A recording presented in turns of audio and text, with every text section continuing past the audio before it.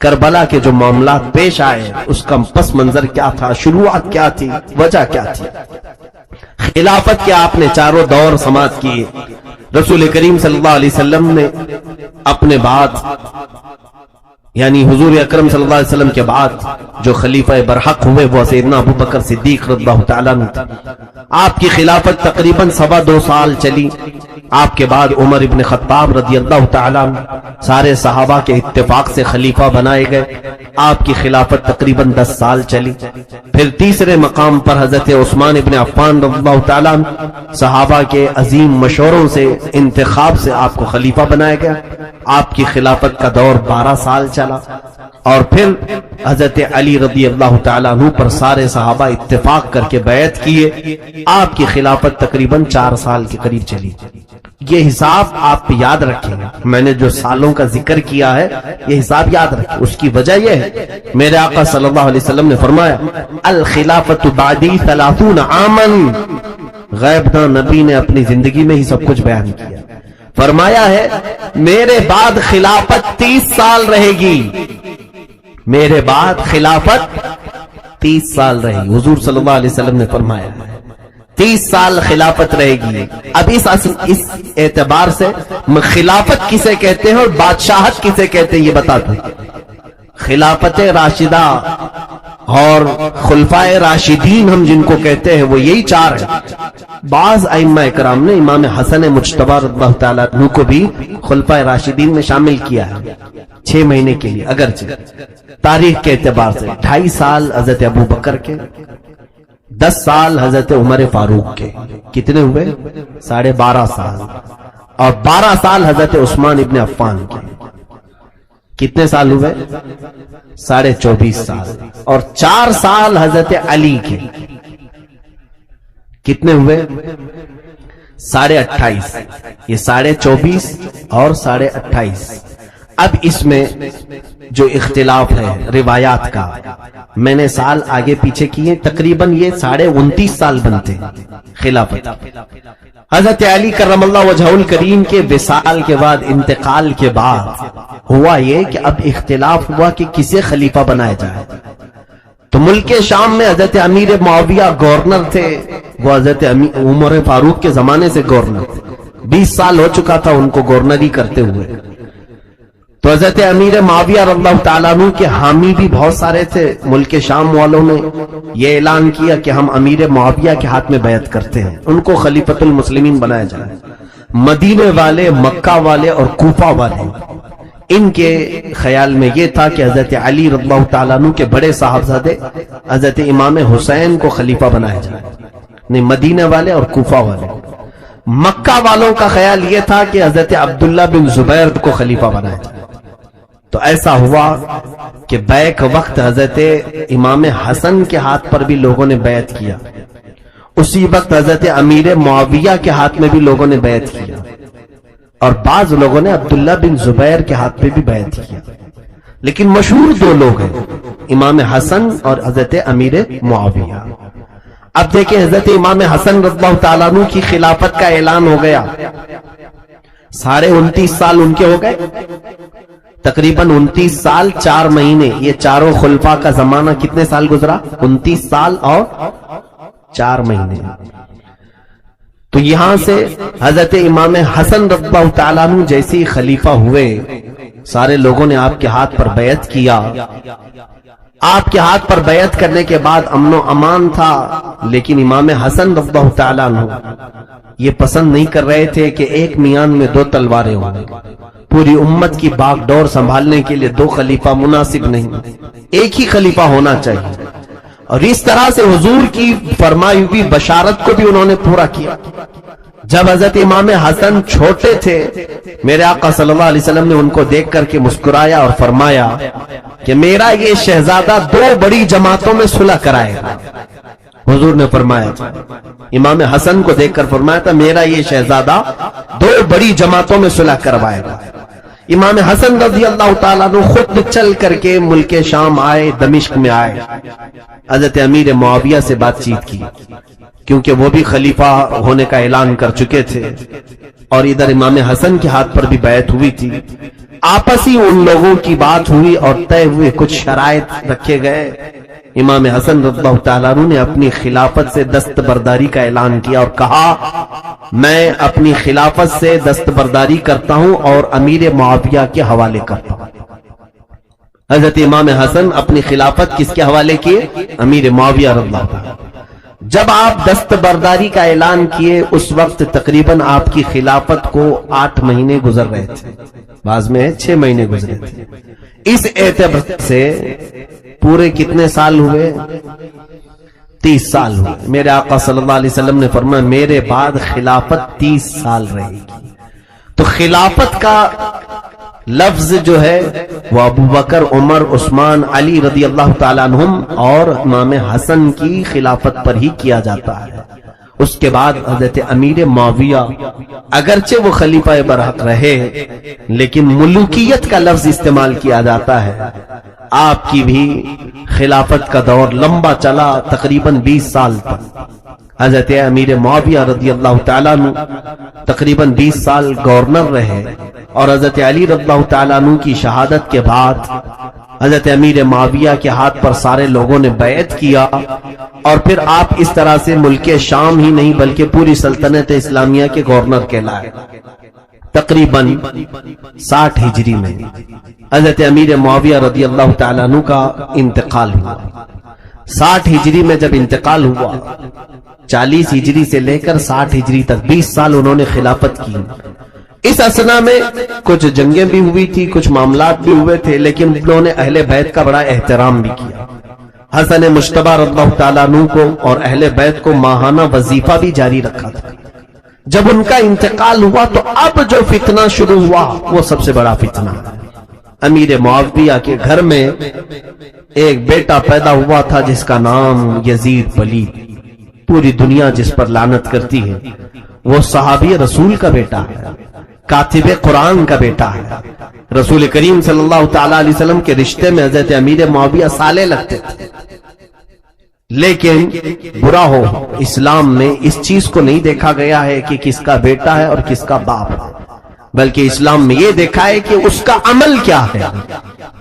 Yazid बड़ा हुआ, जवान हुआ और अमीर मुआविया रज़ी अल्लाह ताला अन्हु के नक्शे कदम पर चल नहीं सका। वो जवान था। अमीर मुआविया के इंतकाल के फौरन बाद ही उसने सारे लोगों को मुल्क शाम के जमा किए, क्योंकि 40 साल उनके बाप जब वहां पर हुकूमत कर चुके हैं तो अक्सर लोग उनके हामी तो थे ही, वहां पर उनके बोली बोलने वाले थे। उसने ऐलान किया और अपनी खिलाफत का ऐलान कर दिया। जगह जगह खत लिखा, कूफा, बसरा, मक्का, मदीना, सब जगह, और अपनी बैत लेने का ऐलान कर दिया कि जहां जहां जो लोग हैं वो यजीद को अमीरुल मोमिनीन तस्लीम करें। पूरी दुनिया उस वक्त जानती थी, यजीद के हरकतों से लोग वाकिफ थे, ऐसा नहीं कि ढकी छुपी बातें थी। यजीद जैसे ही खलीफा बना, हजरत अब्दुल्ला बिन खालिद बिन वलीद रज़ियल्लाहु ताला अन्हु ये फरमाते हैं कि हमने यजीद पर हमला किया जब तक कि हमको ये यकीन नहीं हो गया कि अगर यजीद का साथ देते रहेंगे तो अनकरीब पत्थरों की आसमान से बारिश ना हो जाए, अल्लाह का अजाब ना आ जाए। क्योंकि उसने ऐसे हालात मुल्क शाम में बनाए थे कि लोग अपनी बहनों और माओं से निकाह करने लग गए थे, इस्लाम की धज्जियां उड़ा दी थी, खुले आम शराब पी जा रही थी, जबकि इस्लाम का वो माजी जो खुलफाए राशिदीन के जमाने में था, शराब की एक बोतल की सप्लाई पर भी लोग कांपते थे। अगर कहीं से किसी के हाथ में आ जाए, कोड़े के डर, दुर्रे के डर और खौफ से लोग तो कांपते थे। यजीद ने उन चीजों को आम कर रखा था। फिस्क व फुजूर का बादशाह था, दिन भर, हत्ता के नमाजों से उसका कोई शगफ नहीं था। उसका रहन सहन भी ऐसा था, खाने का ऐसा शौकीन कि हर दिन अलग अलग जानवर ज़बाह कराए। और जो खेल कूद में उसे पसंद था वो बंदरों का खेल, कि बंदरों को पाल कर रखा था, उन्हें नचाना, उन्हें कुदाना और फिर मुर्गों की लड़ाई, ये उसे ज्यादा अजीज थी। आज भी बहुत सारे ऐसे यजीद होंगे जो जानवरों को लड़ाते हैं और मजे लेते हैं, यजीद की हरकतों में से है। दिन पूरा इसी में गुजरता था। खूबसूरत लड़कियों को ला करके दरबार खिलाफत में नचवाना, मुजरे करवाना, जिस्मों की नुमाइश करवाना यजीद के दरबार में यह आम चल रहा था। बताओ, जब अचानक इस्लाम का खलीफा ऐसा आज शख्स बन जाए, तो सहाबा तो उस वक्त मौजूद थे जिन्होंने रसूलुल्लाह को देखा, अबू बकर, उमर, उस्मान और अली जैसे खलीफाओं को देखा, क्या वो ऐसे बदकार शख्स के हाथ में हाथ दे देंगे? यजीद ने जोर और जबरदस्ती अपनी फौज के जरिए से, और जितने मन चले लोग थे उसकी फौज में दाखिल थे, क्योंकि उनको आजादी दे रखा था। ऐसे जितने औबाश अय्याश किस्म के लोग थे उन्हें पैसों से खूब नवाजता था, तो उसकी हिमायत करने वाले बहुत सारे लोग थे। हमने देखा है कि जिसके दिल में गुनाहों की मोहब्बत हो वो ऐसे बादशाहों को बहुत पसंद करते हैं। आज भी सऊदी अरब जाकर के हमें पता चला कि वहां की यंग जनरेशन, नई नस्ल, जवान लोग सबसे ज्यादा आज के उस वली अहद शहजादे से बहुत मोहब्बत करते हैं जिसने पूरे सऊदी को यहूदियों के हाथ में बेचा है। जो सिनेमा और क्लब, गुनाहों के अड्डे सऊदी अरब में खोल रहा है, उससे वहां की जवान नस्ल मोहब्बत कर रही है, कह रही है अच्छा बादशाह आया, हम लोगों को फ्रीडम दे रहा है, बहुत ज्यादा आजादी दे रहा है। जानते ही इस तरह हर दौर में गुनाहों के दिल दादे ऐसे बादशाहों के हामी बन जाते हैं। वहां के बूढ़े लोग आज भी कोस रहे हैं इन बादशाहों, लेकिन हिम्मत नहीं होती बोलने की, मारे जाते हैं। कई 100 उलमा को तो इन्होंने जेल में डाला है आज सऊदियों में, क्योंकि इनके खिलाफ कहीं जुम्मा में बयान किया हो या पर्सनल महफिल में भी कुछ कहा हो शहजादे के मुतालिक या बादशाह के खानदान के मुतालिक, जेल में चला गया। हत्ता कि काबा के इमाम को भी तक इन्होंने अरेस्ट किया है, किसी को नहीं छोड़ा। यही जमाने का यजीद है जिसने आज अय्याशी के अड्डे खोले हैं। अब भी सऊदी अरब में एक शहर वो बनाने जा रहे हैं 5 स्टार, जहां बीच होगी और नंगी औरतें वहां पर लाई जाएंगी। 5 स्टार 7 स्टार होटल होंगे और उस पूरी सिटी का इंतजाम, इंसराम, उसमें इन्वेस्टमेंट पूरा इजराइल का होगा। तो ये सारी हरकतें आज हमारे दौर में हमें नजर आ रही हैं। तो मैं यहां से चिल्ला रहा हूं, मेरी क्या हैसियत है, मैं एक छोटा सा आदमी हूं, मैं इतनी दूर बैठ करके अगर बोल रहा हूं, मुझे खौफ नहीं है उनका, तो अंदाजा करो रसूलुल्लाह का शहजादा हुसैन आजम उन तमाम बुराइयों को कैसे बर्दाश्त करके खामोश रह सकता है। वो फातिमा का लाडला कैसे खामोश रह सकता, जहां शराब नोशी आम हो रही हो, गुनाहों की कसरत हो रही हो। उनका बोलना अपनी जगह पर हक था, उन्होंने बगावत नहीं की बल्कि आलम हक को बुलंद किया था। जब यजीद ने जोर और जबरदस्ती के साथ खिलाफत का ऐलान किया और अपनी बैत के लिए सारे जगह हुक्मनामे भेजे, मदीने में जो गवर्नर था उस वक्त वलीद बिन उक़बा, एक नरम दिल आदमी था, लेकिन यजीद ने उसको फौरन लेटर लिख करके भेजा कि पूरे मदीने वालों से मेरे बैत ले लेना और कहना कि अमीरुल मोमिनीन अब यजीद है, और सबसे पहले हुसैन इब्न अली से बैत लेना, फिर अब्दुल्ला बिन उमर, अब्दुल्ला बिन जुबैर, इन लोगों से बैत लेना। ये उस वक्त बड़े सहाबा में से थे, मदीने तैयबा के बड़े सहाबा में से थे। इनकी उम्रें 60 साल को हो चुकी थी। ये बड़ी उम्र के सहाबा वहां पर मदीने में थे। अब्दुल्ला इब्न उमर, उमर फारूक के बेटे हैं। अब्दुल्ला बिन जुबैर, हजरत जुबैर रज़ियल्लाहु ताला अन्हु के बेटे हैं। और हजरत इमाम हुसैन व अली मुर्तदा के बेटे हैं। इन तीनों को सबसे पहले बैत के लिए बुलाओ। तो वलीद बिन उक़बा ने पैगाम भेजा हजरत इमाम हुसैन को, कहा कि अमीर मुआविया का इंतकाल हो गया और उनका बेटा तख्त नशीन हो गया है, और उसने अपनी खिलाफत का ऐलान किया और आप हजरात को बैत के लिए मुझे हुक्म दिया गया। इमाम हुसैन आए गवर्नर हाउस में जो मदीने का था। वलीद बिन उक़बा ने आहिस्ते से आपसे कहा, नरमी से कहा कि आप कबूल कर लें, आपके हक में अच्छा है। इमाम हुसैन ने कहा, मदीने में मैं अकेला थोड़ी ना हूं, पूरा मदीना मेरे नाना का वफादार है। ऐसा करो कि तुम गवर्नर हाउस से बाहर निकलो और सब में ऐलान कर दो, मुझे अंदर अकेले बुला करके क्यों ऐलान कर। वो जानता था कि हालात खराब हो जाएंगे। वलीद बिन उक़बा के पास एक शख्स बैठा हुआ था, मरवान बिन हकम, जो जालिम आदमी है, जिसके पैदा होते ही मेरे आका ने फरमाया था गिरगिट का बेटा गिरगिट पैदा हुआ। हुवल वज़अ इब्नुल वज़अ। मरवान, उसने वलीद से कहा کہ اے گورنر اگر تم حسین کو جانے دے دیا تو معاملہ خراب کر دیں گے، ابھی سے ان کی بیعت لے لو۔ ولید نے کہا میں کیسے زبردستی بیعت لے لوں، وہ بیعت اگر نہ کریں گے تو؟ مروان نے کہا قتل کر ڈالو یہیں پہ۔